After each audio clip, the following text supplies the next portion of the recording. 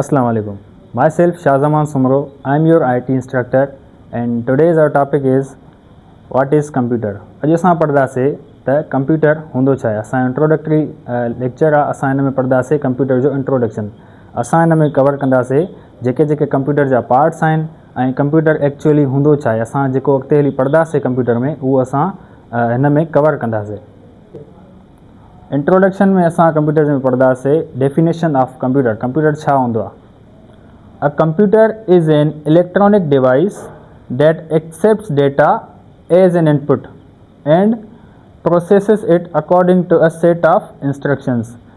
हाणे डेफिनेशन जो मतिलबु आहे कंप्यूटर छा हूंदो आहे. कंप्यूटर हिकु इलेक्ट्रॉनिक डिवाइस हूंदो आहे जेको असां खां इनपुट एक्सेप्ट कंदो आहे. जेको असां उनखे इनपुट ॾींदा आहियूं उहो उनखे रिसीव कंदो आहे. उनखां पोइ उन ते प्रोसेस कंदो आहे. प्रोसेस कीअं कंदो आहे. जेका असां उनखे डेटा ॾींदा आहियूं उन ते प्रोसेस करे पोइ असांखे आउटपुट ॾींदो आहे. मतिलबु डेटा उनखे असां ॾींदासीं पोइ उहो उन डेटा ते प्रोसेस कंदो. जेको असां उनखे इंस्ट्रक्शन ॾींदा आहियूं. इंस्ट्रक्शन छा हूंदो आहे. कोई बि प्रोग्राम जीअं असां लिखंदा आहियूं कोई बि असां सेट इंस्ट्रक्शन ॾेई छॾंदा आहियूं कंप्यूटर खे त उनखे असां चवंदा आहियूं प्रोग्राम प्रोसेस. उनखां पोइ आहे it stores data for future use and produces useful information as output. उनखां पोइ छा कंदो आहे. जेका डेटा हूंदी आहे उनखे स्टोर बि करे सघंदो आहे. मतिलबु हिन में स्टोरेज जी सलाहियत बि हूंदी आहे. उनखां पोइ असांखे फ्यूचर यूज़ लाइ उहा जेका इंफॉर्मेशन हूंदी आहे उहा असांखे वापसि प्रोवाइड बि कंदो आहे. ओके सो उनखां पोइ आहे making it an essential tool for every day task. असांजा जेके एवरी डे जा टास्क हूंदा आहिनि उन्हनि खे ईज़ी बणाईंदो आहे. जेके असांजा टास्क आहिनि जेके मतिलबु थोरा असांजा हैवी टास्क हूंदा आहिनि इंसाननि जे दिमाग़ खां जेके थोरा जेको इंसानु करे सघंदो आहे पर इंसानु उनखे टाइम लॻाईंदो आहे. टाइम टेकिंग प्रोसेस खे हे असांखे थोरो जल्दी करे ॾींदा आहिनि. सो हिनखे असां चवंदा आहियूं कंप्यूटर. कंप्यूटर छा कंदो आहे. कंप्यूटर असांजे एवरी डे टास्क खे ईज़ी बणाईंदो आहे. उनखां पोइ आहे basic functions of a computer. हिकु कंप्यूटर जा बेसिक फंक्शन्स कहिड़ा कहिड़ा हूंदा आहिनि. A computer performs 4 essential functions that work together in a sequence. हिकु कंप्यूटर छा कंदो आहे 4 एसेंशियल फंक्शन्स परफॉर्म कंदो आहे सीक्वेंशली. पोइ असांखे जेको इनपुट हूंदो आहे जेको असांखे जेको वर्क रिक्वायर्ड हूंदो आहे उहो असां उन मां वठंदा आहियूं. सभिनी खां पहिरियां असां कंप्यूटर खे इनपुट ॾींदा आहियूं. इनपुट ॾियण खां पोइ कंप्यूटर उहो रिसीव कंदो आहे. रिसीव करण खां पोइ उहो कंप्यूटर उन डेटा खे प्रोसेस कंदो आहे अकॉर्डिंग टू जेकी असांजी नीड हूंदी आहे. ओके उनखां पोइ उन में स्टोरेज जी कैपेबिलिटी बि हूंदी आहे. सो कंप्यूटर में असां कोई बि डेटा रखंदा आहियूं त असां जेसि ताईं असां उन कंप्यूटर मां उहा डेटा डिलीट न कयूं रिमूव न कयूं तेसि ताईं उहा उन में स्टोर हूंदी आहे.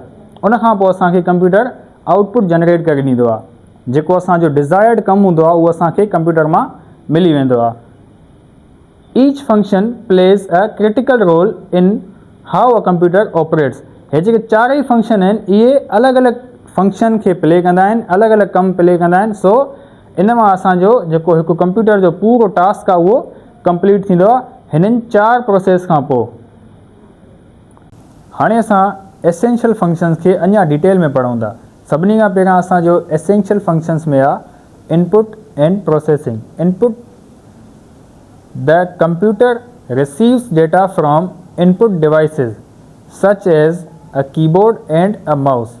कंप्यूटर छा कंदो आहे डेटा रिसीव कंदो आहे इनपुट डिवाइसिस मां. इनपुट डिवाइसिस कहिड़ा कहिड़ा हूंदा आहिनि जीअं असां वटि कीबोर्ड आहे या माउस आहे या अहिड़ा ई ॿिया असां वटि इनपुट डिवाइसिस थींदा आहिनि जंहिंजे ज़रिए असां कंप्यूटर खे इनपुट ॾींदा आहियूं.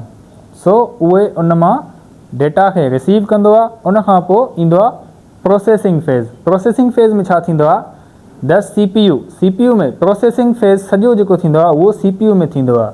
CPU छा आहे central processing unit of a computer जेको डेटा खे प्रोसेस कंदो आहे and interprets the received data according to given instructions. असांजो जेको डिज़ायर्ड रिज़ल्ट असांखे नीड में हूंदो आहे उन जे बेसिस ते हिन कंप्यूटर में जेका प्रोसेसिंग थींदी आहे उहा गिवन इंस्ट्रक्शन जे बेसिस ते थींदी आहे. जेके असां उनखे ऑलरेडी इंस्ट्रक्शंस प्रोवाइड करे छॾंदा आहियूं उन जे बेसिस ते कंप्यूटर प्रोसेस कंदो आहे. उनखां पोइ ईंदो आहे जेके ॿिया असांजा एसेंशियल फंक्शन्स आहिनि such as storage and output. Storage में छा थींदो आहे. स्टोरेज में data and programs are saved on storage devices. जेका असांजी डेटा हूंदी आहे उहा या प्रोग्राम्स हूंदा आहिनि उहे असांजा स्टोरेज डिवाइसिस में सेव थींदा आहिनि। उहे कहिड़ा स्टोरेज डिवाइस हूंदा आहिनि? सच एज़ हार्ड ड्राइव और SSD फॉर फ्यूचर यूज़। असांजी जेका डेटा हूंदी आहे उहा हार्ड ड्राइव में या SSD में हमेशह जे लाइ सेव थी वेंदी आहे। हाणे हार्ड ड्राइव छा आहे ऐं SSD छा आहे? हार्ड ड्राइव हिकु असां वटि स्टोरेज डिवाइस आहे जंहिंमें असांजी डेटा स्टोर थींदी आहे ऐं उनखां पोइ SSD solid state drive, solid state drive में बि असांजी डेटा यूज़ थींदी आहे जेका असां हमेशह जे लाइ हुन में पुट करे छॾंदा आहियूं ऐं असां फ्यूचर यूज़ जे लाइ उहा डेटा उतां खणी उनखे अगेन यूज़ करे सघूं था।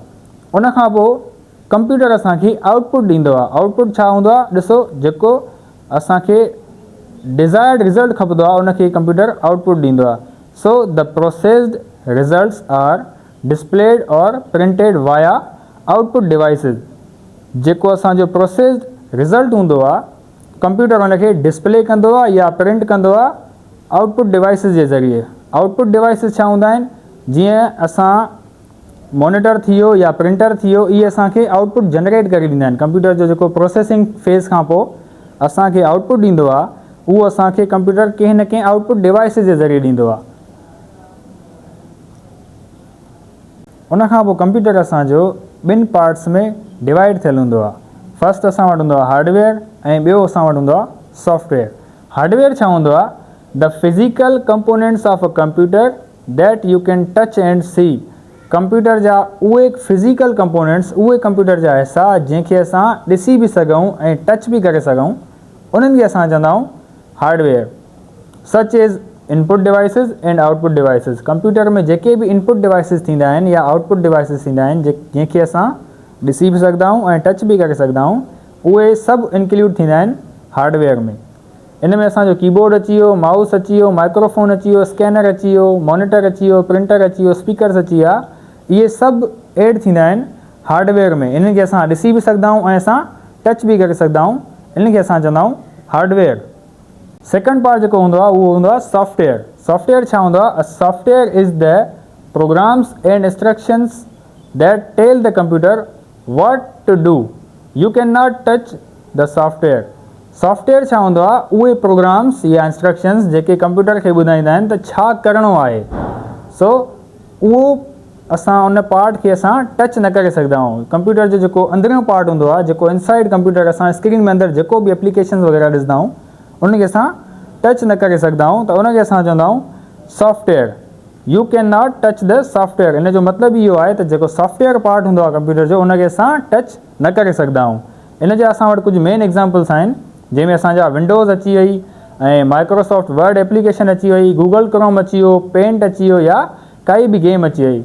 इन जो एग्ज़ाम्पल तव्हां ईअं वठो, विंडोज़ असां हलाईंदा आहियूं, असां कंप्यूटर यूज़ कंदा आहियूं, उन में जेको सॉफ्टवेयर असां कुझु बि हलाईंदा आहियूं त उनखे असां विंडोज़ चवंदा आहियूं। विंडो छा आहे? विंडो हिकु ऑपरेटिंग सॉफ्टवेयर आहे जेको असां कंप्यूटर में यूज़ कंदा आहियूं। उनखां पोइ तव्हां कोई बि डॉक्यूमेंट क्रिएट कंदा हो माइक्रोसॉफ्ट वर्ड में या असां कोई बि उन में एप्लीकेशन ठाहींदा आहियूं, कुझु बि असां ठाहींदा आहियूं त जेसि ताईं असां उन एप्लीकेशन खे प्रिंट न कंदा आहियूं त असां उनखे टच न करे सघंदा आहियूं।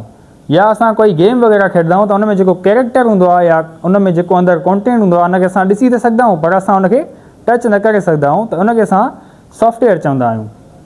मूंखे उमेदु आहे अॼु जो जेको असांजो टॉपिक हुयो व्हाट इज़ कंप्यूटर, उहो तव्हांखे सुठे तरीक़े सां सम्झ में अची वियो हूंदो।